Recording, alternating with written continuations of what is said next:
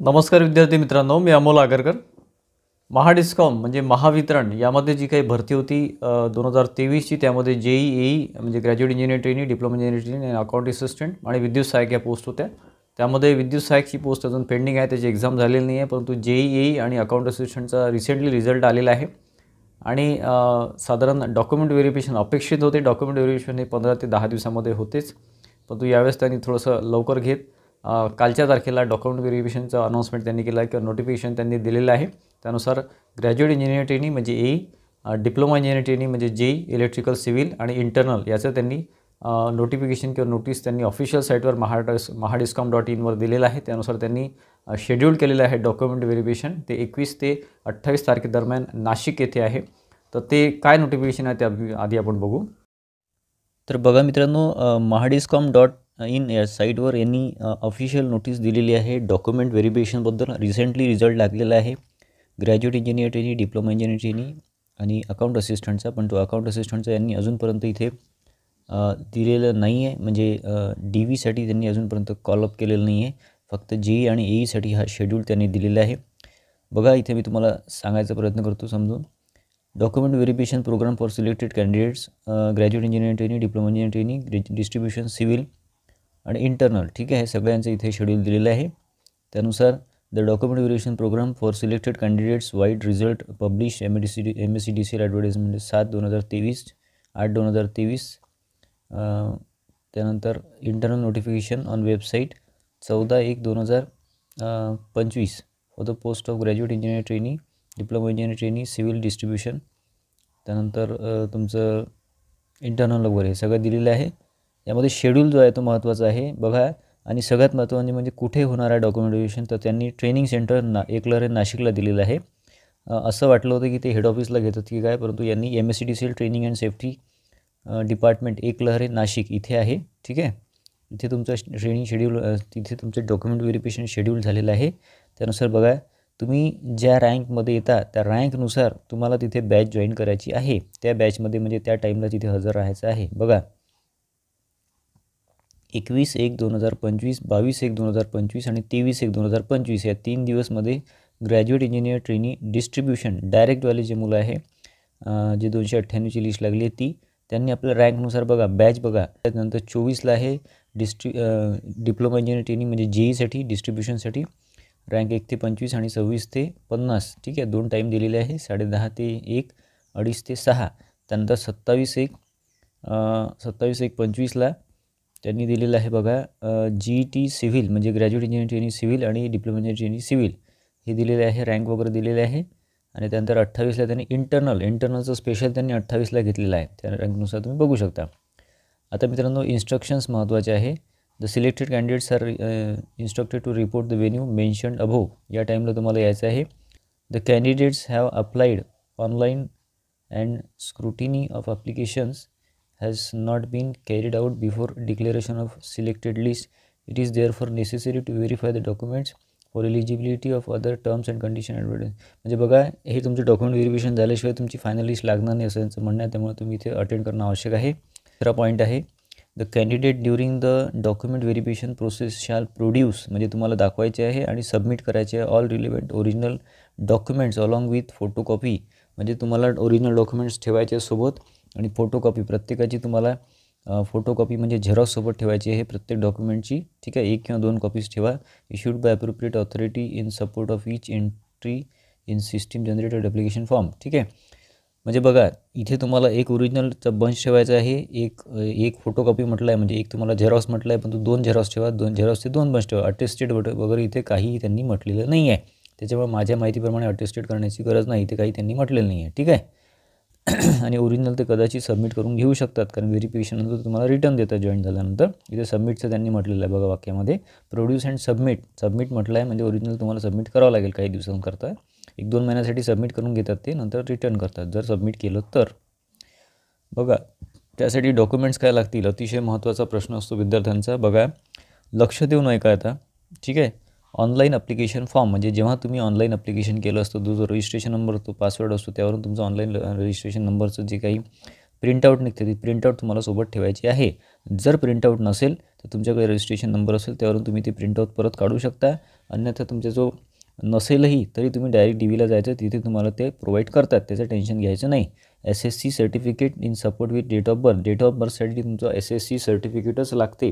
ठीक आहे, बाकीच्या याच्यावरनं ते TC वगैरे ते सहसा घेत नाही, परंतु तुमच्याकडे असेल नसेल बघा तुम्ही, कारण डेट ऑफ बर्थसाठी काहीतरी डॉक्युमेंट त्यांना लागते. SSCचं सर्टिफिकेट मार्कशीटवर पण तुमची डेट ऑफ बर्थ असते किंवा तुमचं बोर्ड सर्टिफिकेट असते त्यावर सुद्धा असते, ते तुम्हाला सोबत घेणं आवश्यक आहे. एज्युकेशनल क्वालिफिकेशन सर्टिफिकेट, तुमचा डिग्री झाला आहे, डिप्लोमा झाला आहे, सिव्हिल झाला आहे, इलेक्ट्रिकल झाला आहे, जे काही झालं असेल तर ते तुमचे डॉक्युमेंट सगळे सबमिट जवळ ठेवणे आवश्यक आहे. विथ मार्कशीट्स ठेवा, फायनलच्या पण ठेवा, बाकीच्या पण ठेवा, पॉसिबल असेल तुमच्याकडे जिथं, पण जे तुम्ही मार्क्स तिथे सबमिट केलं आहे त्याची मार्कशीट ठेवा. कास्ट सर्टिफिकेट तुम्ही कुठल्याही कास्टचे असा, ज्या कास्टचं रिझर्वेशन तुम्ही घेतलेलं आहे ते तुम्हाला तिथे कास्ट सर्टिफिकेट ठेवणं आवश्यक आहे. आणि हे कास्ट सर्टिफिकेटची डेट कुठलीही चालेल, काही हरकत नाही. कास्ट सर्टिफिकेट फक्त एकदाच निघत असते, त्यामुळे 2-3 वर्ष आधीचं पण चालते, काही हरकत नाही. Caste validity certificate applicable. Caste validity certificate ज्यांना गरज आहे, फॉर एक्झाम्पल OBCला कास्ट व्हॅलिडिटी सर्टिफिकेट लागते, ठीक आहे, तर ते तुम्हाला ठेवायचं आहे. परंतु नसेल तर टेन्शन घ्यायचं गरज नाही. तुम्हाला ते एक लेटर देतात, ते लेटर तुम्हाला सबमिट करायचं आहे समाज कल्याण ऑफिसमध्ये, आणि तिथून तुम्हाला एक टोकन नंबर किंवा रिसिप्ट मिळते, ती फक्त तुम्हाला सबमिट करावं लागते DVच्या नंतर. DVमध्ये तुम्हाला कास्ट व्हॅलिडिटीसाठी ते अडून धरत नाही, लक्षात घ्या. ठीक आहे, तुम्हाला वेळ देतात, असेल तर फारच चांगलं. डोमेसाईल सर्टिफिकेट यांनी म्हटलेलं आहे. डोमेसाईल सर्टिफिकेट तुम्ही जिथले आहे तिथले डोमेसाईल सर्टिफिकेट तुमचं अधिवास प्रमाणपत्र तुम्हाला लागणार आहे, ते तुम्हाला सोबत घ्यायचं आहे.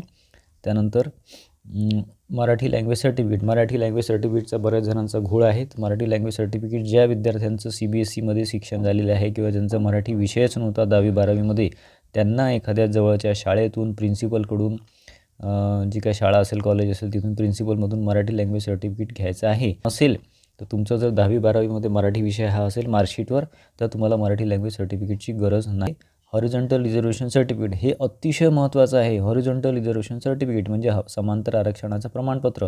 For example women's reservation certificate, meritorious sports person with disability, apprentice, ex serviceman, project affected, the earthquake, जे काय आहे ते तुम्हाला सोबत ठेवायचं आहे. फॉर एक्झाम्पल तुम्ही प्रकल्पस्थमध्ये मोडत असाल, त्यामध्ये तुम्ही रिझर्वेशन घेऊन सिलेक्शन घेतलं असेल तर तुम्हाला ते सर्टिफिकेट लागेल. ठीक आहे, अर्थक्वेकचं सर्टिफिकेट लागेल, त्यामध्ये घेतलं असेल. आणि स्पोर्ट्स सर्टिफिकेट तुम्हाला लागेल जर स्पोर्ट्समध्ये तुमचं सिलेक्शन झालं असेल तर.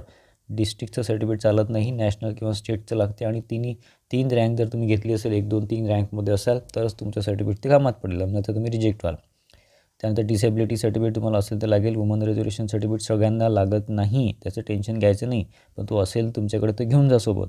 ठीक आहे, बऱ्याचशा यांना एक्झाम्पशन असते, म्हणजे बऱ्याचशा कॅटेगरीमध्ये वुमन रिझर्वेशन सर्टिफिकेट लागत नाही सहसा. नॉन क्रिमिनल सर्टिफिकेट आवश्यक आहे OBCसाठी वगैरे, ते यांनी इथे दिलेलं नाही आहे, परंतु ते सर्टिफिकेटसुद्धा आवश्यक आहे, ते तुमचं आधीचं पाहिजे.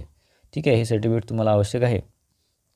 4था पॉईंट आहे, any candidates who are not fulfilling the याचा अर्थ असा आहे, any candidate who are not fulfilling prerequisite as on last date of application.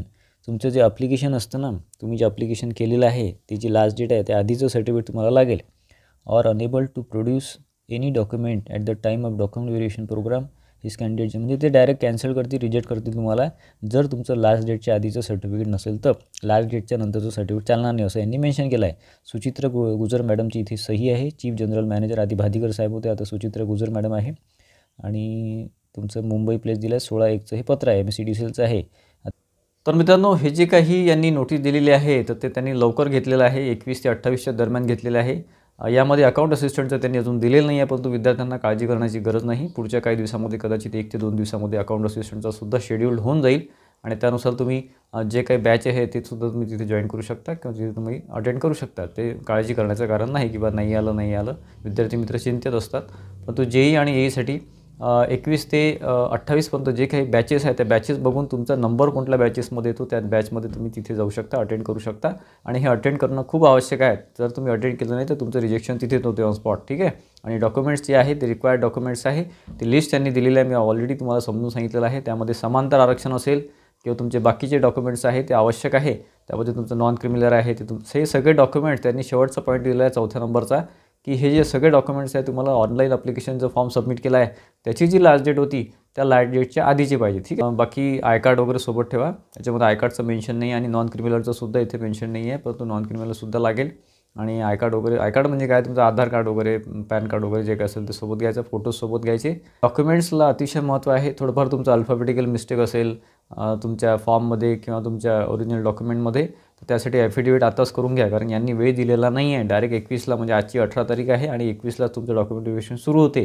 ठीक आहे, त्याच्या आधी 1-2 दिवसामध्ये तुम्हाला कोर्टामध्ये ॲफिडेविट मिळून जाते. आज जर तुम्ही अप्लाय केलं तर दुसऱ्या दिवशी तहसीलमध्ये, कोर्टामध्ये आणि तहसीलमध्ये किंवा कुठून तरी तुम्हाला ॲफिडेविट काढायला लागेल सेतूमधून वगैरे.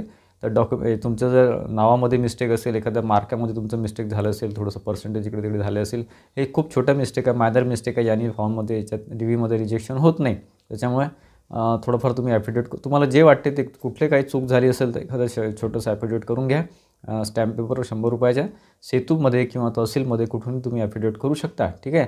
या व्यतिरिक्त तुमचे काही कमेंट असतील, तुम्हाला काही अडचणी असेल तर कमेंट बॉक्समध्ये खाली कमेंट करा. तुमची काही अडचण असो, पर्सनल तुमची काही अडचण असू शकते की डॉक्युमेंटचा हा प्रॉब्लेम आहे, तो प्रॉब्लेम आहे, तर मला कमेंट बॉक्समध्ये कमेंट करा. तो चुका करू नका, कारण डॉक्युमेंट व्हेरिफिकेशन हे अतिशय महत्त्वाचं असते. डॉक्युमेंट व्हेरिफिकेशन झाल्यानंतर काही दिवसानंतर ते फायनल लिस्ट लावतात आणि मग पुढे ट्रेनिंग वगैरे जे काही तुमचं जॉईनिंग आहे ते सगळं शेड्यूल करतात. तर असे करतो मित्रांनो की डॉक्युमेंट व्हेरिफिकेशन हे महाडिस कंपनी खूप लवकर ठेवलेलं आहे. त्याच्यामुळे पुढची प्रोसेस ती जॉईनिंगची आहे तीसुद्धा तुमची लवकर होईल. डॉक्युमेंट व्हेरिफिकेशनमध्ये कुठल्याच प्रकारची चूक करू नका. हा व्हिडिओ तुम्हाला माहितीपूर्वक वाटला असेल तर जास्तीत जास्त विद्यार्थ्यांमध्ये शेअर करा, जेणेकरून त्यांनासुद्धा लवकरात लवकर कळेल DVबद्दल, DVच्या डेटबद्दल. आणि आपल्या चॅनलला सबस्क्राईब केलं नसेल इंजिनियर अमोल यूट्यूब चॅनलला तर सबस्क्राईब करा आणि बेल आयकॉनसुद्धा क्लिक करा, जेणेकरून जे महत्त्वाचे पुढे अपडेट्स येणार आहेत ते तुम्हाला मिळत राहतील. धन्यवाद मित्रांनो.